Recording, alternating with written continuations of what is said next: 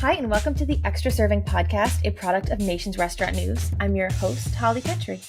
This week, there have been several celebrity food deals from Ben Affleck and Ice Spice to Dunkin, with Sweetgreen and Reneé Rapp. While celebrity partnerships are nothing new, it seems like there are more than ever before, and they're working. McDonald's has cited its Famous Orders campaign as a traffic booster, while Krispy Kreme's traffic jumped during the chain's 4-day promotion with influencer Hailey Bieber. Are chains looking for traffic boosts, or is this just where the pendulum is swinging? Next, we'll be talking about our own Hot Concepts launch and Creators, our awards that we showcase at Create. This week, we announced our Hot Concepts winners, and you'll hear a bit more about them later on in the episode. This week's guest is IHOP's head chef, Arthur Carl II. Now it's time to introduce my co-hosts. I'm Sam Oches, editor-in-chief of Nation's Restaurant News, and I'm apparently so old I don't know who any of those people are. I'm Leigh Zinsmeister. I'm the managing editor of Nation's Restaurant News, and Holly and I spent a good chunk of yesterday explaining celebrities to our colleague, Brett Thorne. Okay. All right, well, I'm going to toss it over to this week's advertiser, and then we're going to come back and talk about celebrities, which is my favorite topic. All right, Chef Steve, welcome to the podcast. Can you tell me a little bit about what is happening at Belgioioso?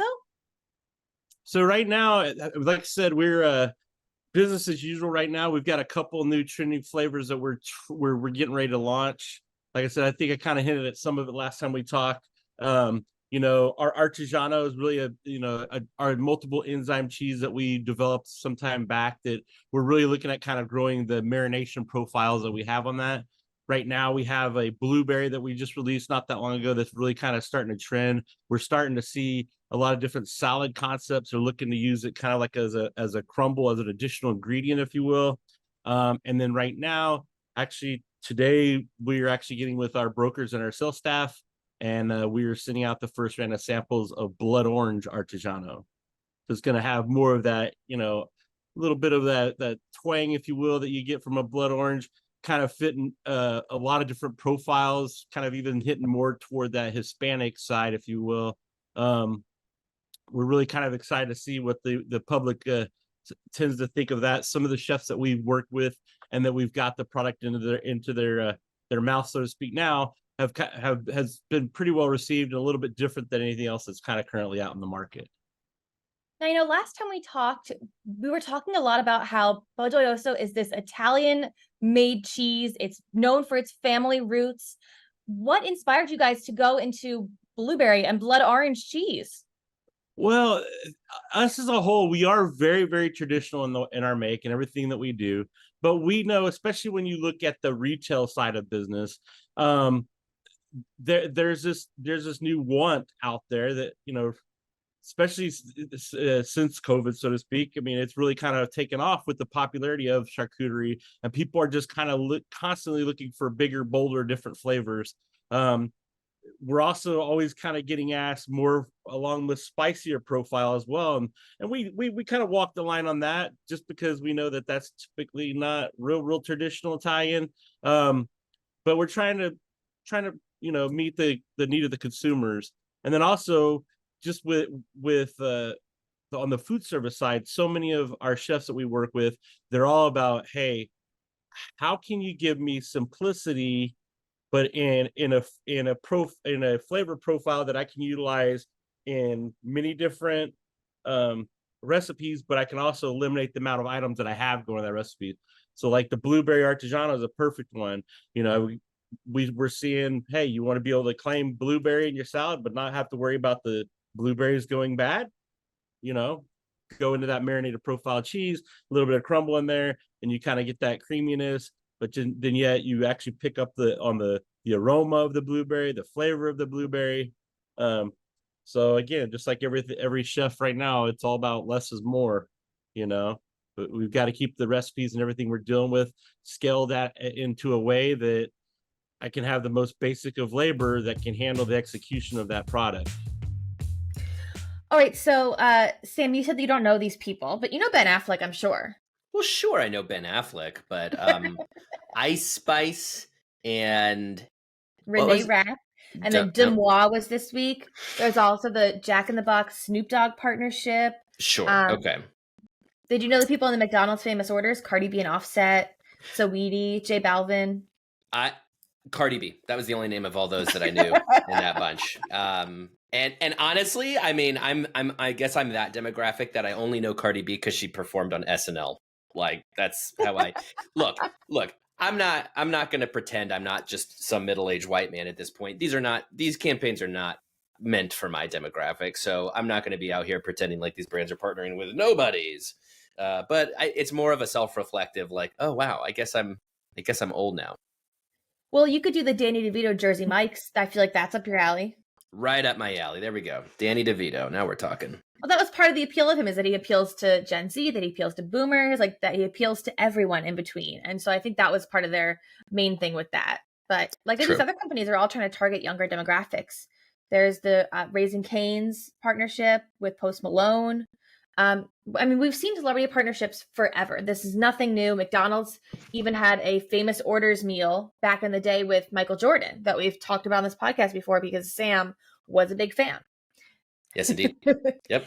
So like this isn't new, but it feels like for some reason they're really amping up on these celebrity partnerships. I mean, I think this week there were 4. That's in 4 days. It's only Thursday when we record this. So I mean, I think that it's wild that these celebrity partnerships work so well. I mean, Alicia and I were talking yesterday for First Bite about how the partnership with Hailey Bieber and Krispy Kreme for her new lip gloss that she calls a glazed donut lip gloss brought Krispy Kreme like double-digit traffic increases on those 4 days, which is absolutely insane. But Hailey Bieber is also has that kind of power with her influence. But that's neither here nor there.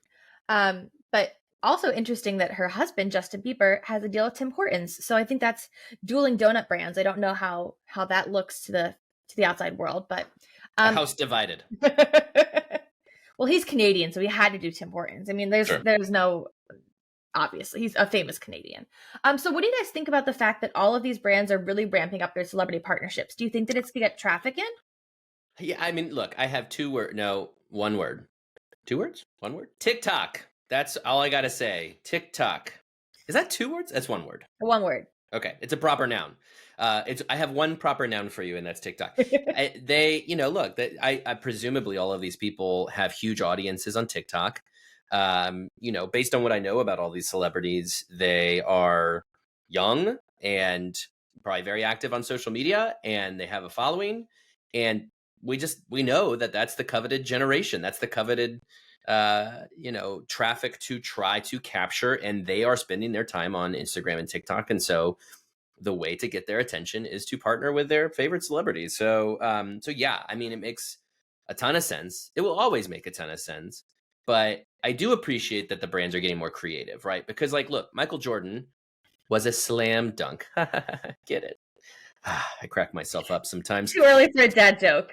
Too early for a dad joke. Okay, so Michael Jordan was the biggest name on the planet for about a decade. I mean, so that's like the holy grail. Like you go for the biggest celebrity, the most famous athlete, and everybody knew Michael Jordan. Dads knew Michael Jordan and kids knew Michael Jordan. And now, as you can see from me, these are people who are not universally globally known, not all mainstream, and yet they have that draw because anymore with social media, you can have a niche audience, and that niche audience is still massively has a massive potential because of who that audience is. Are you talking about Gen Z being a niche audience? Well, no, I guess I just mean like let's just take one of these people. Let's just do a thought experiment here. Michael Jordan, when he was in a McDonald's commercial to promote the meals he was doing, at that time, mind you, that commercial might have aired to 30, 40 million people during an episode of Seinfeld, right? Like once upon a time, that was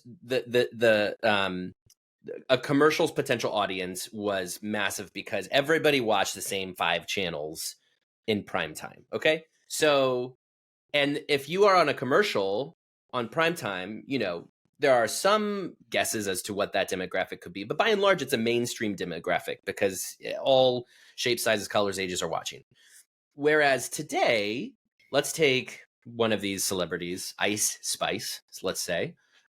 Let's guess that Ice Spice has, I don't know, 1 million TikTok followers. I'm walking into uncharted territory here because I don't know who this person is. So bear with me. Let's say that person has 1 million followers on TikTok. That 1 million followers on TikTok could yet be have more return on the investment of getting in front of that 1 million people than Michael Jordan getting in front of 40 million people in a commercial during Seinfeld. You know what I mean? Because it's like, and if you understand who is the core demographic to Ice Spice, you can tailor that campaign around that demographic and that audience a little bit more specifically. And it's safe to say that that's probably Gen Z.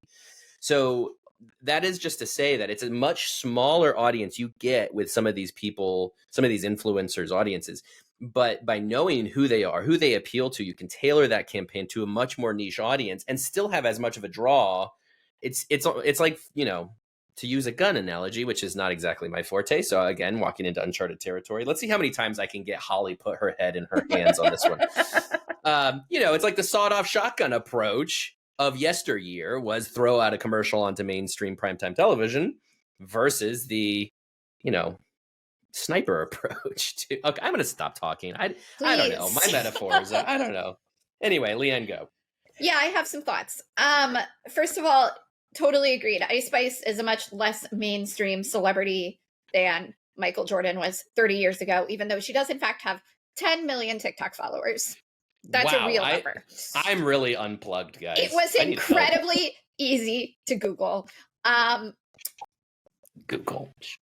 Anyway, I will say by targeting at this point in time, younger Gen Z and Gen Alpha, restaurant companies are not only getting those generations into their store, they're also getting their parents into the store. So it's an interesting approach to market to the kids instead of the parents, or in this case, you know, the teenagers, the young adults. But the whole family is still coming in. It's like when I was a kid and McDonald's would advertise their like Happy Meal toys. Like, oh, we got to go to McDonald's this week because they have toys from whatever show I'm obsessed with right now. Sam is nodding along. I'm guessing McDonald's might still do this based on his reaction here. They sure do. All right. So it's a similar thing. It's just that now it's TikTok celebrities and the ads are on TikTok, they're on YouTube, as opposed to just being like interspersed with your Saturday morning cartoons or what have you. Now, not to keep focusing on the very specific Ice Spice example, but this one is also interesting to me because Dunkin, yes, is working with Ice Spice, but she's appearing in Dunkin commercials alongside Ben Affleck. So they're really casting an incredibly wide net with this duo because I'm guessing that a fan of one is not necessarily a fan of the other. I don't think anybody is seeing this commercial and going, oh my God, my two favorite celebrities are both working with Dunkin. Now that's a niche audience. Call me, I really want to meet you. So in this case, Dunkin is casting a very wide net. Something interesting too that's going on with these, I always think it's fun to look at these collaborations and see like, you can tell which audience a restaurant company is trying to target based on who they're working with. We had two of these announcements on Tuesday this week. One was the Jonas Brothers working with Friendly's, which to me, I don't know a lot, I guess, about Friendly's demographic, but in my mind, it's not necessarily, you know, the Jonas Brothers or Jonas Brothers fans. So this feels to me like a case of Friendly's trying to draw in some new consumers with this campaign. Same day, Sweetgreen announces their collaboration with Reneé Rapp, who feels to me like a model Sweetgreen consumer. She's a 23-year-old white woman. She sings, she acts, she just looks and feels like a Sweetgreen consumer to me. And so this to me feels like Sweetgreen trying to draw back in regular consumers, or to have like give their loyalty members a reason to show up this week, things like that. So it's just interesting to see that, like, yes, we're seeing all of these like dozens and dozens of celebrity collaborations, but they are being used for different purposes and they have different goals. So that's been really interesting to watch even this week to see like, oh, Baskin Robbins and Demois, like, that one is a little, well, I guess Demois, like, I didn't really have that on my bingo card for the year that I'm like collaborating with any restaurant brand, although the Get the Scoop tagline is clever. I'll give them that. Demois is a gossip columnist, Sam. I can tell that you've got nothing there. No. Sam's like, get the scoop. Is that clever? Yes, because you're getting the scoop of gossip and you're also getting the scoop of ice cream because it's Baskin Robbins. I see now. See, I did want to say Snoop Dogg, I get, right? Like Jack in the Box and Snoop Dogg, like that's a match made in heaven. Like that's just, I get that. And that, Snoop Dogg is like 60. Like, I mean, talk about a guy that appeals across generations. And it makes sense. But yeah, some of these are, again, a little bit more laser focused into the specific demographics these people connect with. And that demographic is not me. What I find interesting is the McDonald's collaborations, because they started with Travis Scott, who appeals more to millennials. They sold out of quarter pounders from that. Like that deal literally made them sell out of quarter pounders, which is their bread and butter or meat and butter. But they, you missed my dad joke. Nobody responded to the dad joke. Come on, Sam. That was for you. Meat and butter just sounds gross. So then they moved on to, they did J Balvin, they did BTS. And I feel like all these people appeal to different audiences. Like BTS is a very specific audience of Gen Z that really loves K-pop. Then there's J Balvin, that's a totally different audience. Then there's Cardi B and Offset. And I think that what they're doing with their meals is they're trying to attract everybody at different times. So I think they're trying, almost playing around with their marketing to see who's responding to what, rather than just shooting a net like Danny DeVito and Jersey Mike's, which Jersey Mike's literally said, this is to attract every single person to our company. And it's working for them. I mean, I think these partnerships are all doing good things. We didn't mention Taco Bell and Pete Davidson, which they saw their breakfast increase after they started a commercial with him. It's just, and like McDonald's is doing what's right. Sweetgreen is doing the same thing. They're doing things that require no additional SKUs. They are using what they have. And I think that's a really smart thing to do, to have like a celebrity meal, but using things that you already have. And I think that's what the marketing gold is. Yeah, it's a big investment because these celebrities do charge a premium. But the return on that investment, to your point, Holly, when you're not investing in a product, you're just investing in this as a marketing message. The return on the investment is potentially huge. Now, Holly, I don't want to take your job. I don't want to do the segue for you, but if I may, this segues nicely into one of our creators winners, which is Sweetfin. And I wanted to talk about them, but I didn't want to spoil it. So I just figured let's just plow right ahead. Let's just talk about the creators. We were going with that. So let's just talk about it. So we're going to jump into talking about our Creators Awards. We launched that award a couple years ago, which is to recognize innovation and innovators. And, we have 5 winners this year that you can read up on at NRN.com, and you can meet them in person at Create in Palm Springs, October 1st through 3rd. We're going to have a session talking to them about their innovations. Very exciting stuff. But one of them is Sweetfin, which is a poke and bowl concept out of Los Angeles, Southern California, with about 20 locations. And we are specifically giving them an award for their influencer marketing on TikTok. And I wanted to bring them up because they are exactly what you're saying, Holly, which is, they have a number of celebrities, and it's more quote mark celebrities, influencers really, that they have partnered with over the years. That have, it's not a blanket thing, right? It's not just like our lane is going to be hip hop artists and all hip hop artists. They've partnered with a fitness instructor to do a fitness instructor who's has a very large following on TikTok. And they did, a very sort of lifestyle bowl oriented marketing message. They've partnered with comedians. They've partnered with pretty straight down the middle social media influencers. They've partnered with celebrity chefs. And we gave them the Creator Award because I thought this is the first time we've really seen, for starters, a smaller concept, 20 locations, again, out of Southern California. Some of their names on their partner list are names that people all over the country know. But again, they're really tailoring this marketing campaign around specific groups, specific demographics, and not just the same one over and over again. And there's something to learn there, which is for all of you who are out there that have a regional brand or a smaller concept, you have personalities in your city, in your state, in your neighborhood who can do this for you too. And it doesn't have to be the big name brand. It can be somebody who is, just a local influencer who tweets about or posts about local restaurants. It could be a local celebrity chef. It could be a local athlete. And they all could work, right? You don't have to just pick one lane and stick to it. You can cycle through these people and build a regular calendar of campaigns, which is what Sweetfin has done. I believe they do it on a quarterly basis.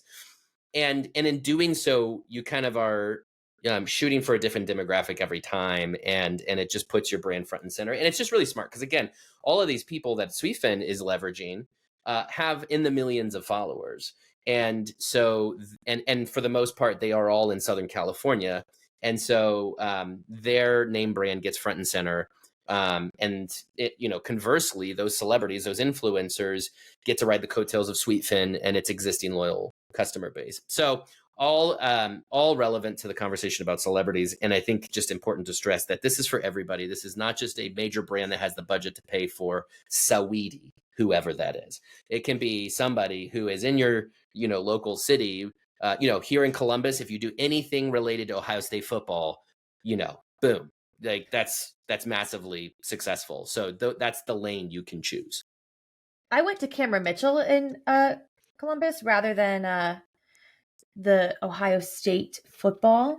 But, well, everybody knows the name Cameron Mitchell, but you throw Cameron Mitchell's not going to do a campaign for another restaurant, right? Like he's a name, but he's not he's not the same kind of draw versus, CJ Stroud, who was the quarterback for the last 2 years, finalist for the Heisman twice, the number 2 pick in the NFL draft. Like that guy was pulling in millions in name, image, likeness deals because in Columbus, the guy is a god. He was a great quarterback. Holly doesn't know who that is probably. No, Ian might not know who that is probably. And that's fine. I don't know who Saweetie is. And you guys don't know who CJ Stroud is. We are identifying that we can all be different and it's fine. But all of these people have marketing cachet. So what about the other creators, Sam? We've spent a lot of time on Sweetfin, but let's move on to some of the other ones.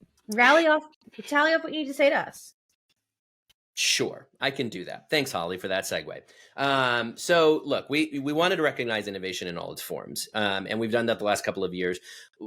Different this year than we have done in the past. The last couple of years, we've had categories. This year, we didn't have categories because we wanted to open up to, again, just innovation, whatever that means to a company. We invited companies to submit their innovations to us.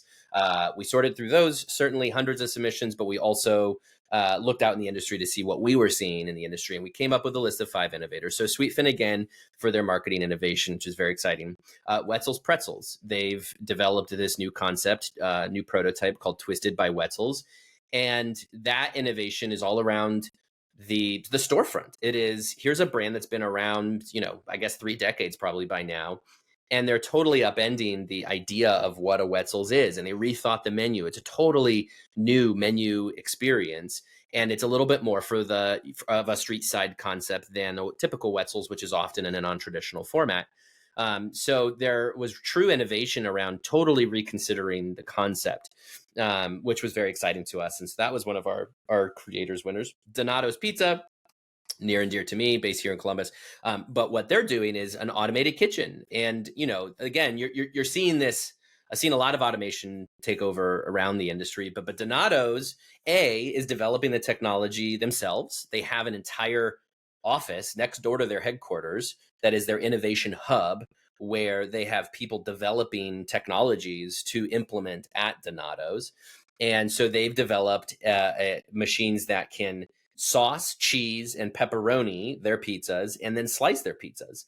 Not all of them are out yet, but they're working to roll out these machines. I've seen them at work, and it's incredible because to consider, literally, an employee just puts dough in front, on a little thing here with a machine, and it puts out the sauce. For those who are just listening to this, that was my way of putting sauce onto a pizza. And then you move it along, and then it puts out the cheese. And machines do this perfectly, by the way. There's no human error here, right? So that puts out the cheese, and you put it under a pepperoni machine. Donato's is well known that they put 100 slices of pepperoni, onto a pizza.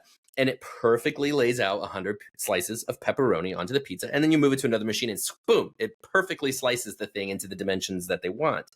And so we're recognizing them for that innovation, A, because it's in-house. This is something they developed themselves. And B, because automation is the future of the industry, and they got out ahead of it. They're rolling this out to their kitchens now. They're going to save incredible amount of time, incredible amount of labor.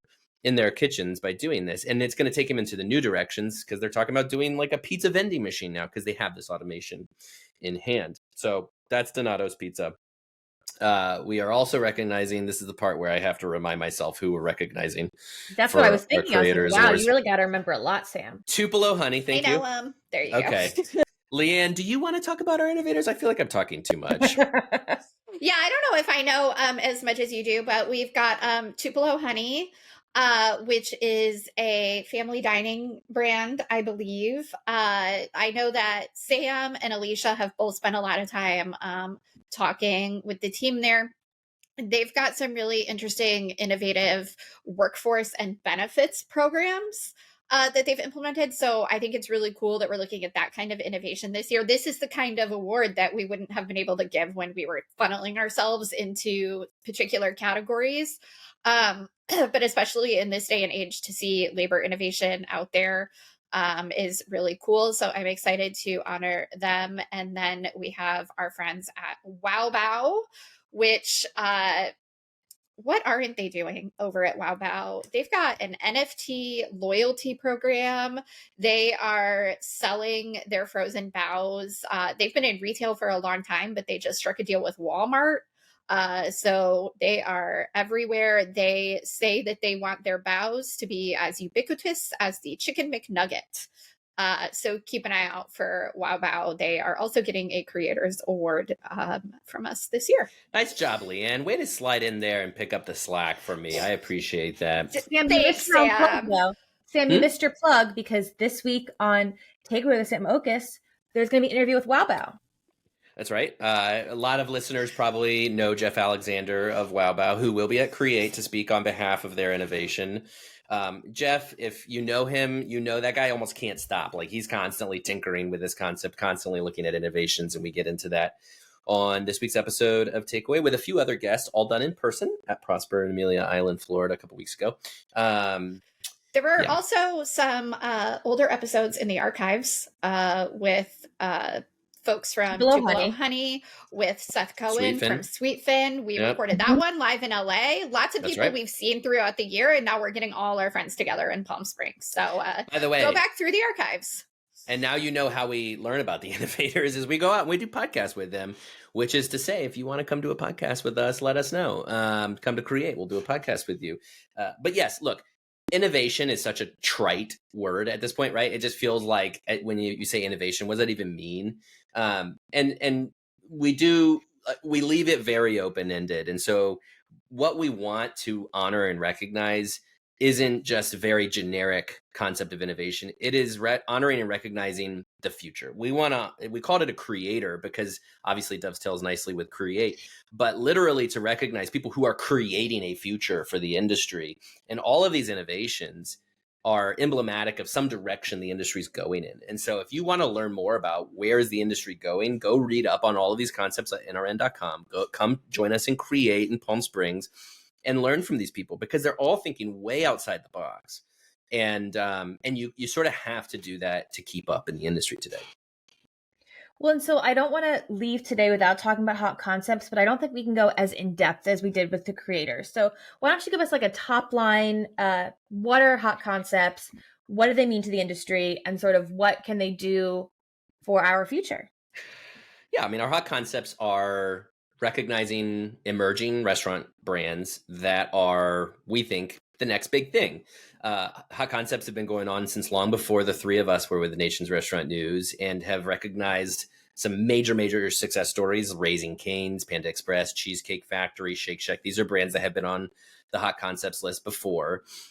In a way, we want to honor those who are the next generation of exciting brands that we think could scale across the country.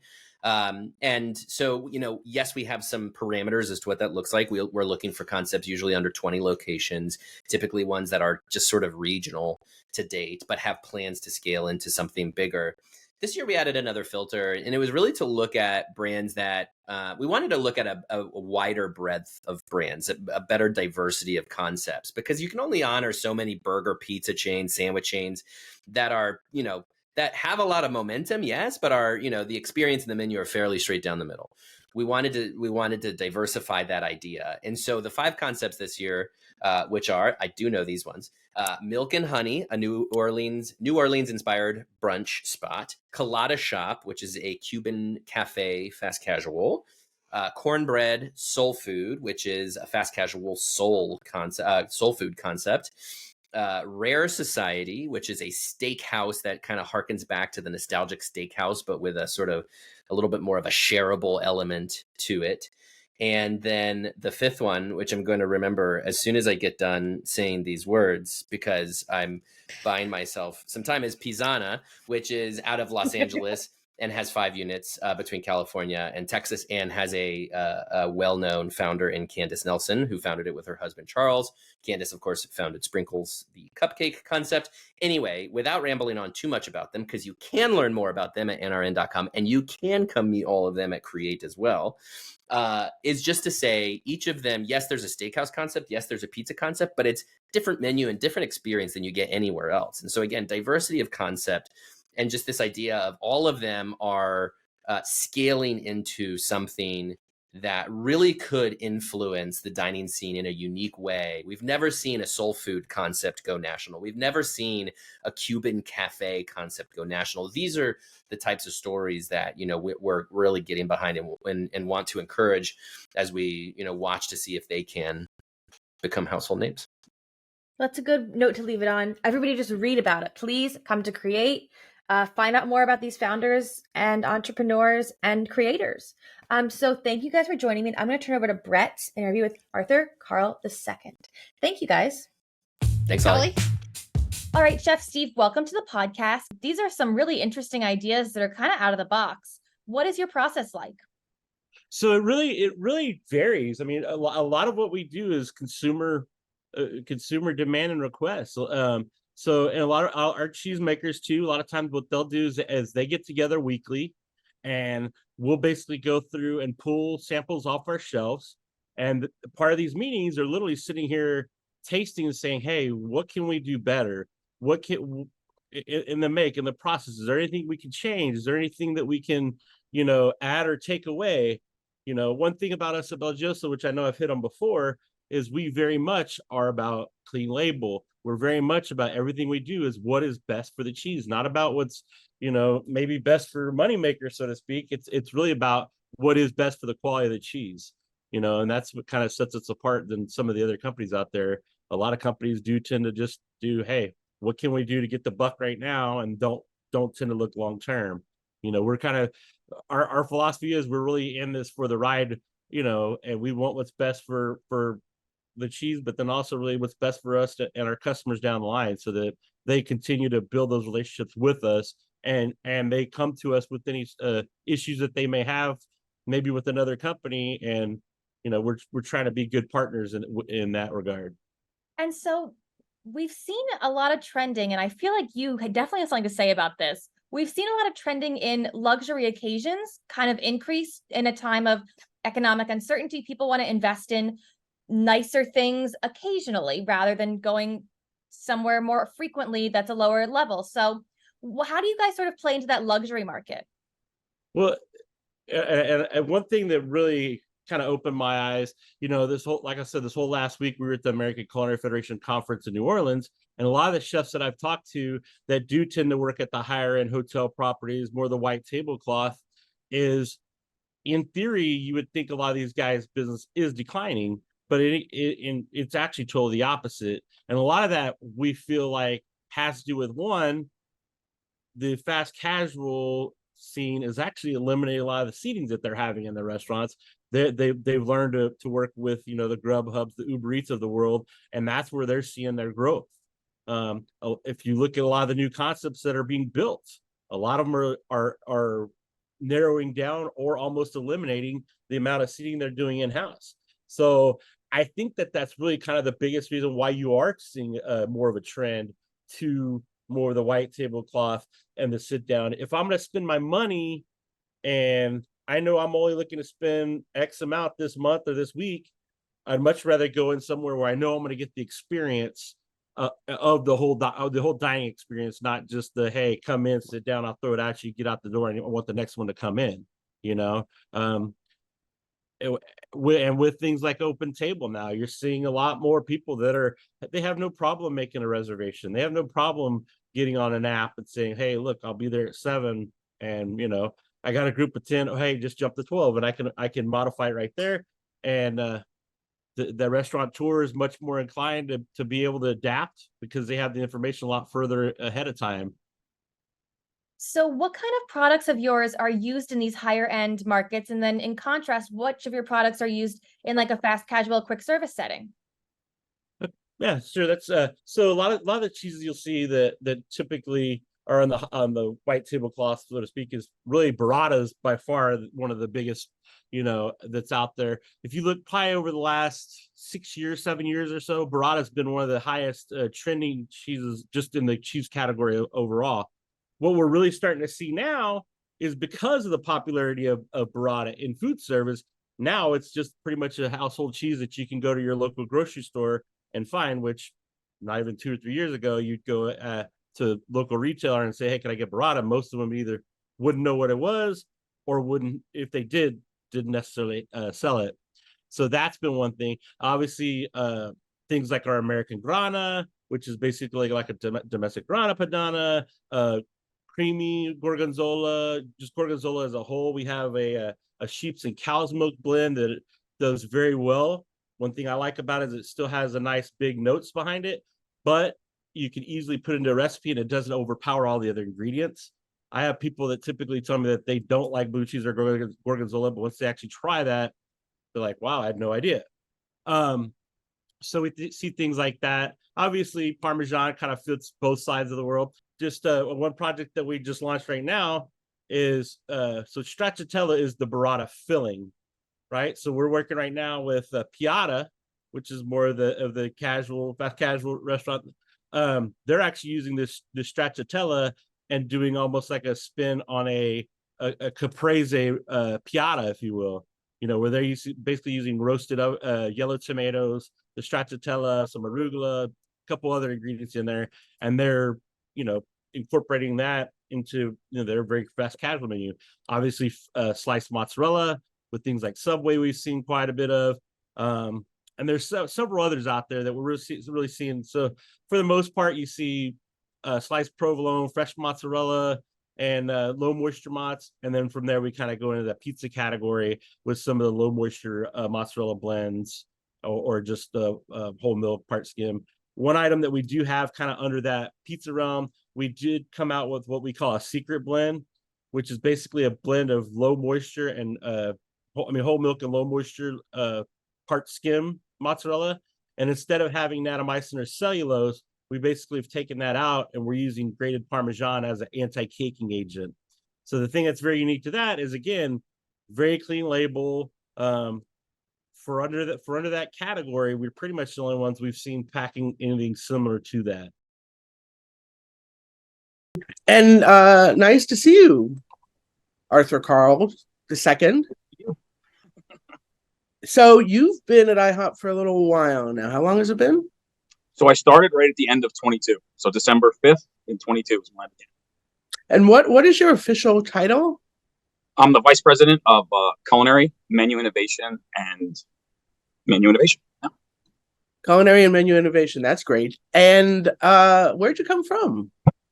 So I've been in kitchens for a very long time. I started when I was 12 years old washing dishes. I've worked in a lot of different large chains, Cheesecake Factory in my past, as well as Dave & Buster's. But very excited and happy to be here at IHOP now. And so you've been there for about 8 months. What have you been working on? So the latest project we just worked on, which just came out, was the pancake tacos. I thought it was fun. Thought it was inventful. As far as the media, we got a lot of attention in different ways as far as social attention from them. And people just went in. They really liked the way they looked, liked the way they tasted, and they were pretty excited about them. That was the last thing that we just worked on came out. We did savory. We did sweet. Sweet did a little bit more sales. Everybody likes sweet just a little bit better. But it was a great campaign. And these are essentially, if I remember correctly, they are pancakes, but they're folded up, and so you eat them like a taco, right? And we put them on taco stands to really make them like tacos. So if you figure a street taco, 3 of them that are on a stand that's actually propped up. And again, we had some savory ones and we had some sweet ones. The strawberry cheesecake one did really, really well. That kind of makes sense because who doesn't want to roll up some strawberry cheesecake in a pancake? Yes. What were some of the other items? Are they still available, or was that just a So it limited was a time? limited time offer.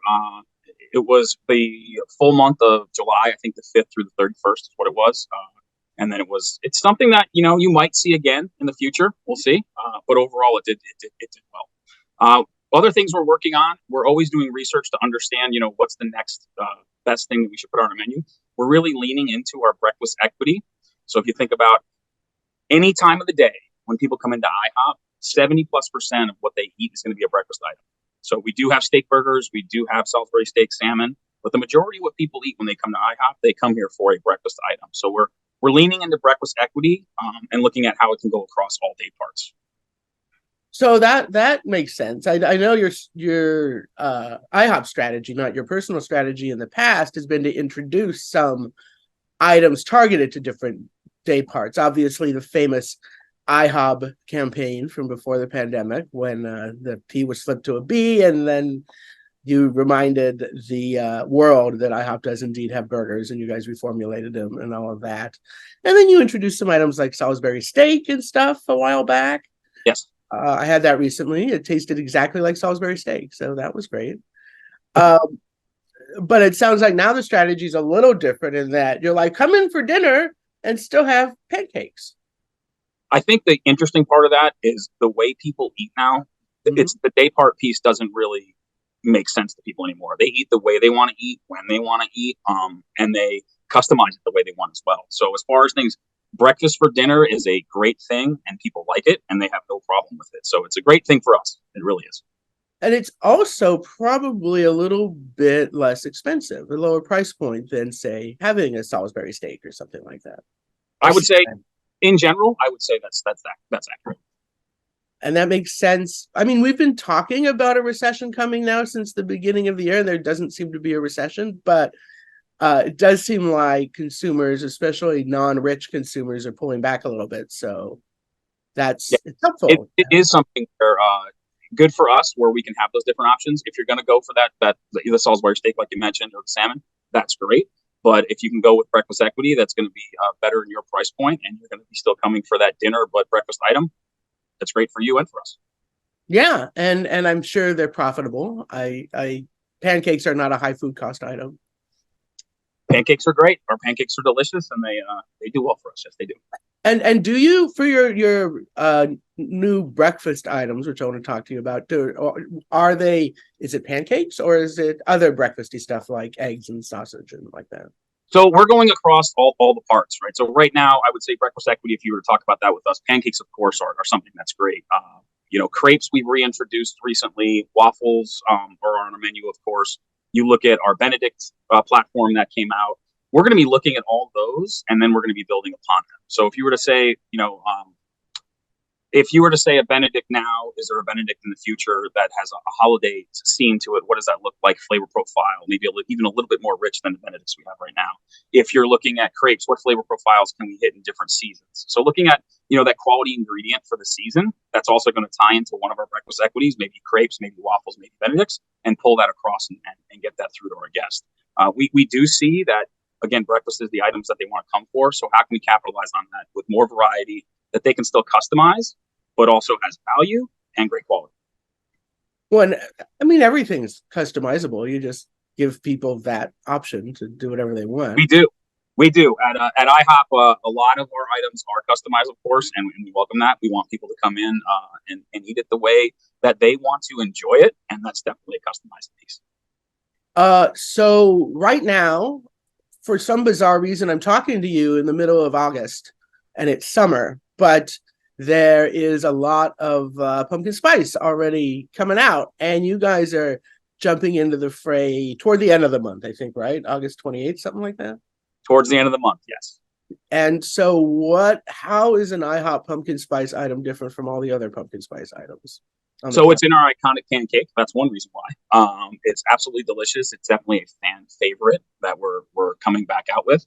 We're also introducing cold foam, the spiced cold foam on our cold brew, which is an interesting new piece for us that we're excited about. I think it's going to play well with the pancake or with any other breakfast item or item on our menu. Yeah, my colleague Alicia Kelso pointed out that pumpkin spice cold brew seems to be the trendy pumpkin spice item for this pumpkin spice season. I'm going to just say pumpkin spice 2 more times, pumpkin spice, because it's a lot and people are into it, at least for like a brief period of time. As I understand it, once Thanksgiving is over, then no more pumpkin spice. People don't order it anymore. They're about the peppermint and the chocolate. It is interesting though, because no matter what brand you're looking at, it seems like pumpkin spice feels like it's always earlier, but it's really not. It's usually the end of August, comes through September, October, ends around Thanksgiving, and then everything changes. But the pumpkin foam, the pumpkin spice foam that we have on our latte, really good flavor, really good texture. It gives a nice rich cup of coffee. And what is your foam? That's another thing that started a few years ago. Starbucks started it before the pandemic. I don't remember when exactly. And now everybody is scooping cold foam on top of stuff. How is yours also like an aerated skim milk, or what is it? It's aerated milk. That's what it is. We put the flavor in it. And then what we've done is we looked at a couple different things. One was hey, do you actually go and flavor the coffee itself, or do you flavor the foam? Mm-hmm. We did both when we looked through and did the ideation on it. And it seemed like a flavor of the coffee was good, but the foam pronounced itself a little bit better. So that's the direction we went with. And through customer research and going and understanding what the guest likes, I think the foam hits the palate first. So you have that mouthfeel as well as you have that flavor profile that really punches through. Makes sense. And operationally, you just have to have one kind of cold brew, and then you put on whatever foam you want to put on. We're very enthusiastic about this. We believe it's going to do well. We believe it's going to speak to our guests well. And if it does, that could be something that would return in different flavors, good quality ingredients at different times of the year that speak to our guests at those times. So is this your first introduction of a cold foam? So a cold brew we have done, but as far as cold foam that's flavored like this is the first one. So fun. And yeah, it seems like an easily modified kind of ingredient that, as you said, you can have different flavors at different times of year. Absolutely. We're enthusiastic about it. And I think it's a great time to introduce it. It's, the season's just about to change. Things are going to cool down a little bit more. And I hear what you're saying. It's August. It's hot. It's 100 degrees. But the cool days will be coming. Yeah. And, I was thinking about, for some reason, when I was in Japan quite a while ago, in February, which is obviously winter in Japan, just like it is here. But at the cocktail bars, they were adding brined cherry blossoms as a garnish, just to anticipate that cherry blossom season's coming. And so that's something to get excited about. And I think we can look at pumpkin spice in a similar way, that sure, it's not fall yet, but it's hot out there. Don't you want to think about cooling down? Yeah. And the cold brew piece is great. It's what's in the market as far as the guest is speaking to everybody in that space, that's what they want. So that's why we went in that direction as well. Really trying to listen to the guests, to understand what they want, and get them to try something new, because our cold foam is new. And then from there, how can we build a platform on it? Makes sense. Is there other beverage innovation going on at IHOP? We will be doing research to basically from the ground up understand our beverage platform, where our guests are looking for us to be. And that's something that research that's starting. And over the next year, we'll definitely be building on and changing. Right now, we do have our splashers. We have great milkshakes that we hand scoop. Our coffee, of course, juices. So we have a platform, but how can we explore that, make it even larger, a little more innovative with great quality? What is a splasher? So a splasher is basically, you're going to have a flavor that is going to be like, let's say, blue raspberry. So you're going to have a blue raspberry flavor profile in there. You're going to have sweet soda that's going to be in there, garnished with some kind of fruit. So it's going to have a sweet, it's going to have an effervescence to it, as well as a garnish that's going to be flavorful and fun. So it's like a value-added soda, sort of. There you go. And it's good. We do well with them. Both children and adults really like them.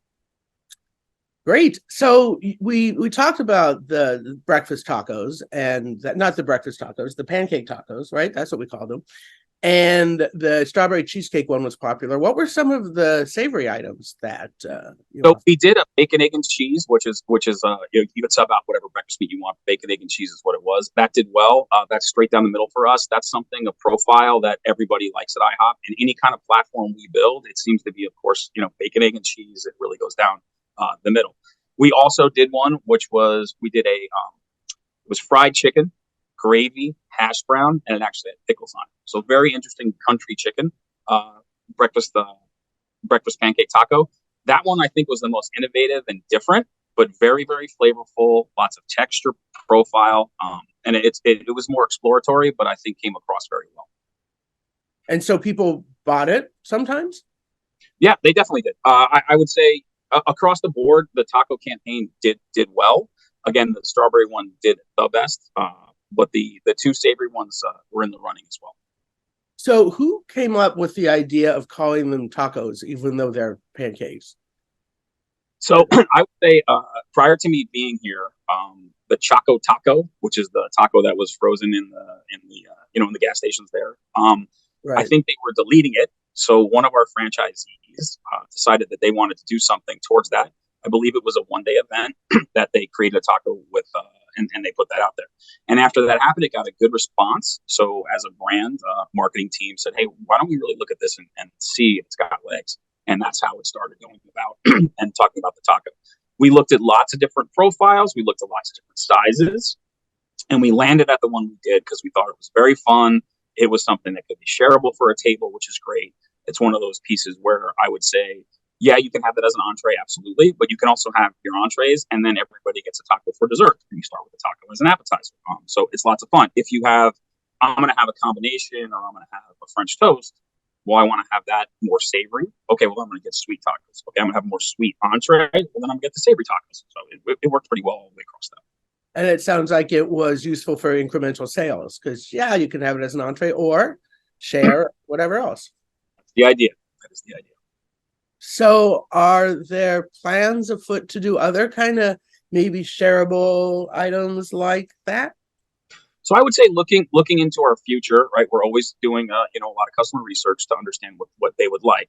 I would say we're going to explore. Don't know where we're going to go with it, but we're going to explore leaning into family, leaning into what that might look like if it's a shareable or not, to understand how far does that go. I don't know yet. We're just starting the research on that. But is that a family style breakfast that is in the restaurant? Currently, we do family style. Family feast, we call it, that you can get to go, which is packed, which is a good amount of food that goes out there to an entire family. Internally, inside the four walls, we don't do that. Is that something that's there? Also looking at our kids menu, researching that from the ground up and understanding it's fun. We do some fun pancakes and some French toast and things like that. But how do we make that even more exciting and more innovative for our guests as we move forward? So I think of IHOP as a comfort food place where people come, and I bet a lot of your guests order the same thing every time they go in. So what is the motivation of introducing new items if they're already happy? Is it motivating them to come in more often, try new things, maybe try something more profitable? I don't know. I think the innovation piece, everybody's looking for something interesting and new, even though you might come in and get the same old thing you always got. It gives a curiosity for where you can go with something. Even looking at our breakfast equity, talking about crepes. So crepes we've had on our menu for a very long time. It was a small section. It was reintroduced, and I think we did a buy one get one for it. And we saw through that the campaign was good. The crepes are really good, and they're standing through. And now they're an add-on because people really like the crepes. They order. There's 4 of us. Each of us get our entree, our breakfast items, and then we have a table crepes. That we couldn't ask for something better than that. Where we had an item that's been around a long time. We didn't reinvent it, right? We put different quality ingredients on it and set it back out there to the guest.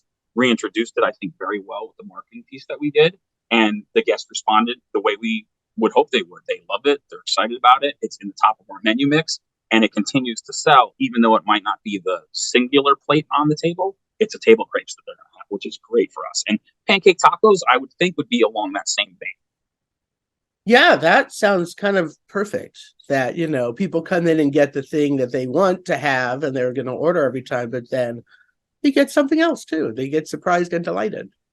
Right, and you talk about that as well with the value piece. You're thinking about an add-on that's not extremely expensive, but it's a great treat for the whole table. Maybe it's a little exploratory, like if you went with the country chicken tacos, you're going to go with that and say, okay, I don't know if I'd want that as my entree, but I think it's really interesting, so let's try it, because you're not, putting all your eggs in the basket there. So.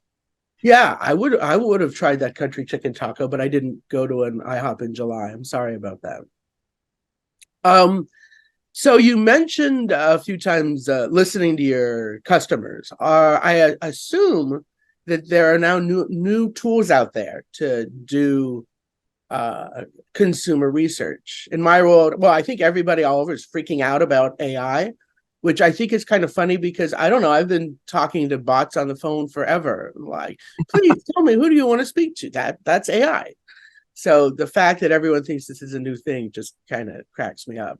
But is there either AI powered or other tools that you guys are using now to understand your audience better? So, of course, we partner. We have consumer insights internally, and we partner with large firms like Data Essentials and firms like that to go out there and channel the research in the direction that we want to go. As far as the AI tools and things like that, at this point, we're still partnering with the large firms. It's not something internally that we're sprinting towards. Of course, if it's something of value to us that's going to let us understand our guests better, that is something we would absolutely look at. But to this point, right now, customer insights is a huge piece for us. But right now, it's more of through channels of large firms like that, essentially. Makes sense. Yeah, I have a friend who works for a consumer publications, and he has to think of ideas for features, and he uses AI to think up some ideas. And most of them are bad, but some of them are pretty good. You get one. Yeah. It is interesting. It's a definitely interesting landscape that's out there. Absolutely is. So in terms of new flavors and stuff, are there particular ones that you're exploring or looking at, whether that's a cuisine or hot honey? Everyone's into the hot honey. You guys have probably already done a hot honey thing. I don't really remember, but everyone has. So are there other flavors? So I would say we're definitely looking seasonal. I think in the past we looked at idea platforms. Right now, the chef team that I have, really pushing them to say, okay, what's best in what season, and let's look at what that speaks for on our menu, and then how do we channel that across our breakfast equity to get to where we want it to get to. I wouldn't say there's a specific one. We're looking at a lot of different things. We do a good amount of ideation monthly. We do at the end of the month. We have a lot of things going on. 20 plus items we bring to the finish line. A lot of them at the end of the day will probably land on the floor and not become live, but it's a great thing to get different sparks of ideas and go through. Customer research, of course, is there. Vendor partnerships to understand, other chefs come in and give us a little, hey, this is a new ingredient we're excited about. We don't know if it's on trend now, could be 2 years from now, but these are things we can look at as we move forward. So it's a fun journey to go on, and we're learning and discovering all kinds of things as we play with different things with batters and pancakes and crepes. And it's a lot of fun. And you're based in Southern California, right? Yes, Pasadena is where the office is. It was in Burbank, but we have moved to a new office in Pasadena. We have a great new test kitchen that we're working in. It's good steps forward, most definitely. And LA also is a fantastic, innovative food city. So I assume you make use of that and go out and eat and try new stuff and get whatever the next birria taco is or whatever? Absolutely. The dine around piece, don't underestimate the dine around piece. You can go to different restaurants, whether it be a small mom and pop that is a tiny little spot but has this one great thing, or you can go to all different chains as well and get different ideas. And it could just spark an interest in one of the chefs that comes to fruition in a total different way, but sparked something and we understood it. And then, of course, seeing the trends, understanding what there are. So, of course, we're going to look at customer insights as through the guest eyes always. But then we're also going to look at through an innovation lens and say, okay, what ingredients are hot now, or what's going to be hot a year from now? And then we have our feeling on that, and then partner, of course, with marketing with what campaigns that they want to come out with, and then get the customer's view, of course, the guest view in there, and then we can get to a good place.